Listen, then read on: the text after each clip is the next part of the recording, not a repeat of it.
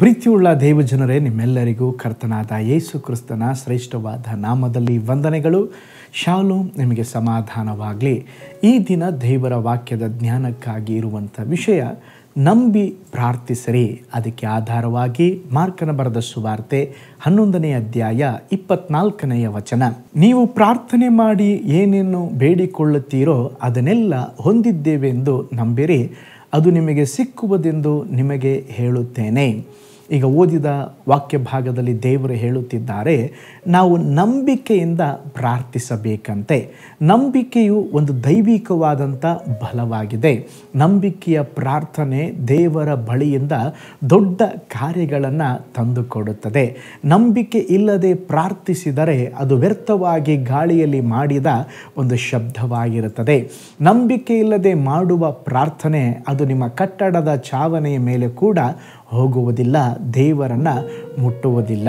ನಮ್ಮ ಜೀವಿತದಲ್ಲಿ ನಂಬಿಕೆ ಮತ್ತು ಪ್ರಾರ್ಥನೆ ಒಂದನ್ನೊಂದು ಸೇರುವಾಗ ಮಾತ್ರ ದೇವರಿಂದ ಮಹಿಮೆಯಾದ ಕಾರ್ಯಗಳನ್ನು ಎದುರು ನೋಡಬಹುದು. ಪ್ರಾರ್ಥನೆ ಮತ್ತು ನಂಬಿಕೆ ಇವೆರಡನ್ನು ಬೇರೆ ಬೇರೆ ಮಾಡಲು ಸಾಧ್ಯವಿಲ್ಲ. ನಂಬಿಕೆ ಇಲ್ಲದ ಪ್ರಾರ್ಥನೆಯು ಹುರುಳಿಲ್ಲದ್ದು, ಪ್ರಾರ್ಥನೆ ಇಲ್ಲದ ನಂಬಿಕೆ ವ್ಯರ್ಥ ನಂಬಿಕೆಯಾಗಿದೆ.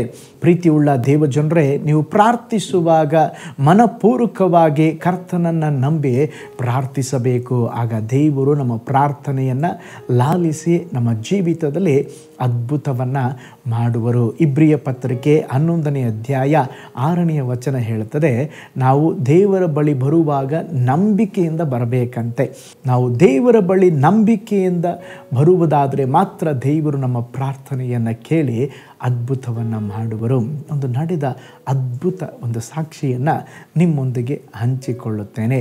ಒಂದು ಸಾರಿ ಜಾರ್ಜ್ ಮುಲ್ಲರ್ ಅವರು ಒಂದು ಕೂಟದಲ್ಲಿ ವಾಕ್ಯ ಸಂದೇಶ ನೀಡುವುದಕ್ಕೆ ಹಡಗಿನಲ್ಲಿ ಪ್ರಯಾಣ ಮಾಡುತ್ತಾ ಇದ್ದರು. ಮಾರ್ಗದಲ್ಲಿ ಅವರ ಹಡಗು ದಟ್ಟವಾದ ಮಂಜಿನಿಂದ ಆವರಿಸಲ್ಪಟ್ಟಿತು. ಹಡಗು ಮುಂದೆ ಸಾಗದೇ ಇರಲು ಕಾರಣವೇನೆಂದು ಹಡಗಿನ ಮುಖ್ಯಸ್ಥನನ್ನು ವಿಚಾರಿಸಿದರು. ಆ ಮುಖ್ಯಸ್ಥನು, ಕವಿದಿದ್ದ ಮಂಜು ಕರಗಲು ಇನ್ನೂ ಹಲವು ತಿಂಗಳಾಗುತ್ತದೆ, ಅಲ್ಲಿಯವರೆಗೂ ಹಡಗು ಮುಂದಕ್ಕೆ ಚಲಿಸಲಾರದೆಂಬುದಾಗಿ ಹೇಳಿದನು. ಆ ಕೂಡಲೇ ಮುಲ್ಲರ್ ಅವರು ಹಡಗಿನ ಮುಖ್ಯಸ್ಥನೊಂದಿಗೆ, ಬನ್ನಿ ಪ್ರಾರ್ಥಿಸೋಣ, ನಾನು ಕೂಟಕ್ಕೆ ಹೋಗಬೇಕು, ಅಷ್ಟು ಲೇಟ್ ಆದರೆ ನಾನು ಆ ಕೂಟಕ್ಕೆ ಹೋಗಲಿಕ್ಕೆ ಆಗುವುದಿಲ್ಲ, ನಾವು ಪ್ರಾರ್ಥನೆ ಮಾಡೋಣ, ದೇವರು ಅದ್ಭುತ ಮಾಡ್ತಾರೆ ಎಂಬುದಾಗಿ ಹೇಳಿದರು.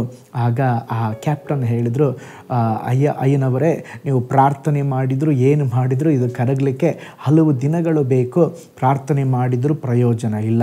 ಓಕೆ, ನಿಮಗೆ ನಂಬಿಕೆ ಕಡಿಮೆ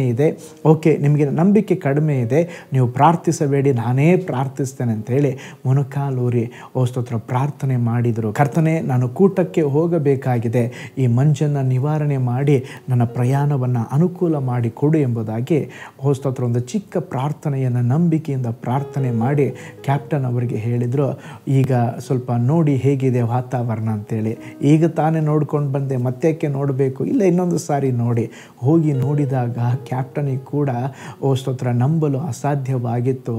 ದಟ್ಟ ಮಂಜು ಅದು ಎಲ್ಲವೂ ಕರಗಿ ಹೋಗಿತ್ತು. ಈಗ ಅವರಿಗೆ ಪ್ರಯಾಣಕ್ಕೆ ಅನುಕೂಲವಾದಂಥ ಒಂದು ವಾತಾವರಣವನ್ನು ದೇವರು ಕ್ಷಣ ಮಾತ್ರದಲ್ಲಿ ಕೊಟ್ಟರು. ನೋಡ್ರಿ, ಜಾರ್ಜ್ ಮುಲ್ಲರ್ ಅವರ ಜೀವಿತದಲ್ಲಿ ಆ ನಂಬಿಕೆಯ ಪ್ರಾರ್ಥನೆಯ ಮೂಲಕ ದೇವರು ಒಂದು ದೊಡ್ಡ ಅದ್ಭುತವನ್ನು ಮಾಡಿದರು. ಪ್ರೀತಿಯುಳ್ಳ ದೇವಜನರೇ, ನಿಮ್ಮ ಜೀವಿತದಲ್ಲಿ ಒಂದು ಬಿಡುಗಡೆಗಾಗಿ, ಒಂದು ಅದ್ಭುತಕ್ಕಾಗಿ ಕಾಯ್ತಾ ಇದ್ದೀರಾ, ನಂಬಿಕೆಯಿಂದ ಪ್ರಾರ್ಥನೆ ಮಾಡಿರಿ. ನಿಮ್ಮ ನಂಬಿಕೆಯ ಪ್ರಾರ್ಥನೆ ಒಂದು ಕ್ಷಣವೂ ಹಲ್ಲೆಲೂಯ ನೀವು ಏಮಾರಿಸಲ್ಪಡುವುದಿಲ್ಲ.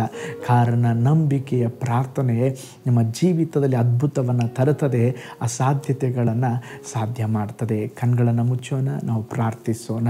ಪರಲೋಕದಲ್ಲಿ ವಾಸ ಮಾಡುವ ನಮ್ಮ ತಂದೆಯಾದ ದೇವರೇ, ಈ ದಿನ ನಾವು ಧ್ಯಾನಿಸಿದ ಹಾಗೆ ದೇವರೇ, ನಂಬಿಕೆಯಿಂದ ಪ್ರಾರ್ಥಿಸಲಿಕ್ಕೆ ನಮಗೆ ಕೃಪೆ ಕೊಡ್ರಿ. ಅನೇಕ ಸಾರಿ ಪ್ರಾರ್ಥಿಸ್ತೇವೆ, ಆದರೆ ತಳಮಳದಿಂದ ಅಪನಂಬಿಕೆಯಿಂದ ಪ್ರಾರ್ಥಿಸಿದ್ದುಂಟು. ನಮ್ಮನ್ನು ಮನ್ನಿಸ್ರಿ, ನಂಬಿಕೆಯಿಂದ ಪ್ರಾರ್ಥಿಸಿ ನಮ್ಮ ಜೀವಿತದಲ್ಲಿ ಅದ್ಭುತ ಹೊಂದಿಕೊಳ್ಳೋದಕ್ಕೆ ಸಹಾಯ ಮಾಡಿರಿ. ಈ ವಿಡಿಯೋನ ವಾಚ್ ಮಾಡಿದ ಪ್ರತಿಯೊಬ್ಬರನ್ನು ಬ್ಲೆಸ್ ಮಾಡಿರಿ. ಪ್ರತಿಯೊಬ್ಬರ ಸಂಗಡ ನಿಮ್ಮ ದೈವಿಕವಾದ ಹಸ್ತ ಜೊತೆಗಿರಲಿ. ಯೇಸುವಿನ ಹೆಸರಿನಲ್ಲಿ ತಂದೆಯೇ, ಆಮೇನ್, ಆಮೇನ್. Price lord. ಹಾಗಾದರೆ ನಂಬಿಕೆಯಿಂದ ಪ್ರಾರ್ಥಿಸೋಣ. ಕರ್ತನು ನಿಮ್ಮ ಬಾಳಿನಲ್ಲಿ ದೊಡ್ಡ ಕಾರ್ಯಗಳನ್ನು ಮಾಡಲಿ. ನಾಳೆ ಮತ್ತೊಂದು ದೈನಂದಿನ ಜ್ಞಾನದಲ್ಲಿ ನಾನು ನಿಮ್ಮನ್ನು ಸಂಧಿಸ್ತೇನೆ. ನಾನು ನಿಮ್ಮ ಪ್ರೀತಿಯ ಸೇವಕ pastor Paul Joy. God bless you all.